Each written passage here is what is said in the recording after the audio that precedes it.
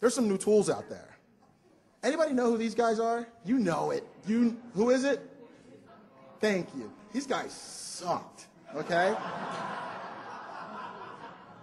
But, I mean, where are they now?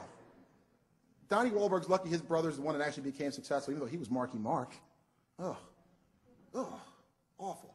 But we're not here to talk about those guys, are we?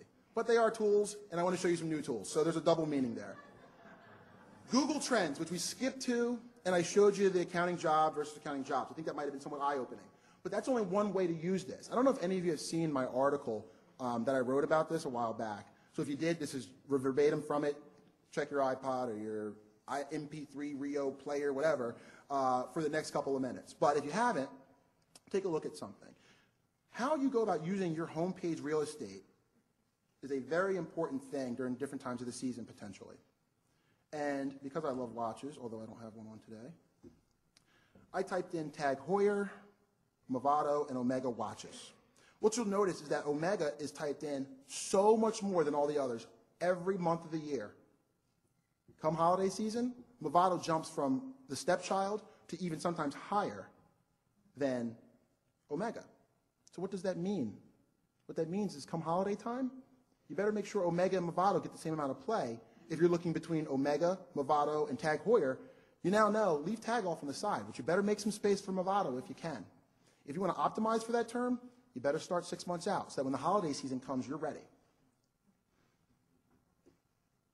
Another thing, just so that you're aware, because this isn't in my bookmarks, is with Google Trends, you'll see over here to the right, we have United States and all years.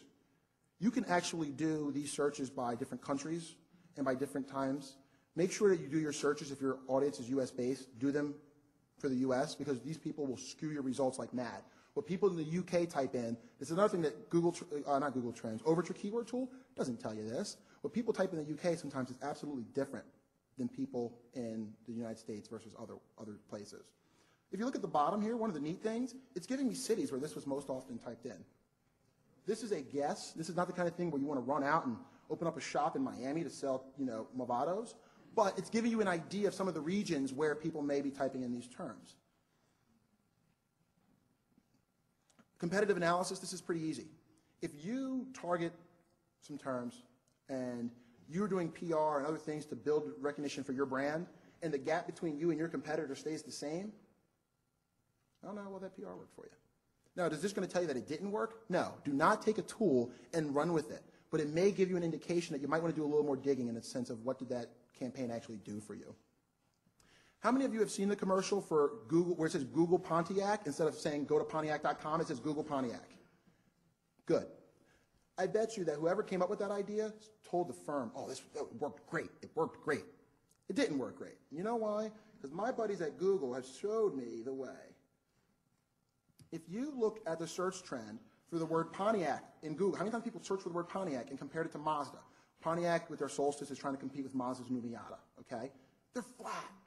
They're flat. But there is a spike back in 2004. Anybody got an idea? If anybody answers this, I'll give you an hour on the phone of free consulting. You got it. You got it. Oprah. And you know how I figured that out? If you take Pontiac out, that's really good. See, you guys didn't think Oprah would come in handy. You guys, watch. When I put in Pontiac, notice how it puts these letters above?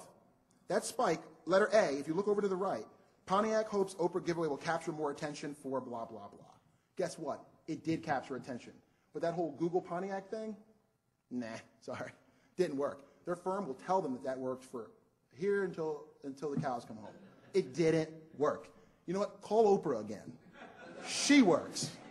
Because this isn't even a minor difference. You're talking about huge to little. So that's search trends. One quick thing. MSN has a new thing called AdLab. How many of you have heard of it? People that have heard of it, you guys are on top of this. This only came out about 2 weeks ago. And one of the best things it does, and pardon me if I start speeding up here, but there's a few things I want to get to. One of the things it does is if you type in BMW, and this is the example they give because their data set is not big. So right now, for most of your things that you're optimizing for, they're not going to have data on this yet. But what it does is their ad funnel will show you what people typed in before and what they typed in after they typed in your keyword. So now you're saying, well, the average person that typed in BMW After making that search, they typically did a search for, not Mercedes, for Mercedes. Obviously, this tool is truncating the plural, so it's not there. They searched for Lexus, Audi, and Mercedes-Benz, and then Honda was the next one. You can also do this for what they call incoming. So up here where you see direction, if you do it for incoming, it'll show you the 5 before someone typed in BMW. This is going to be a really nice tool once they get more data into it.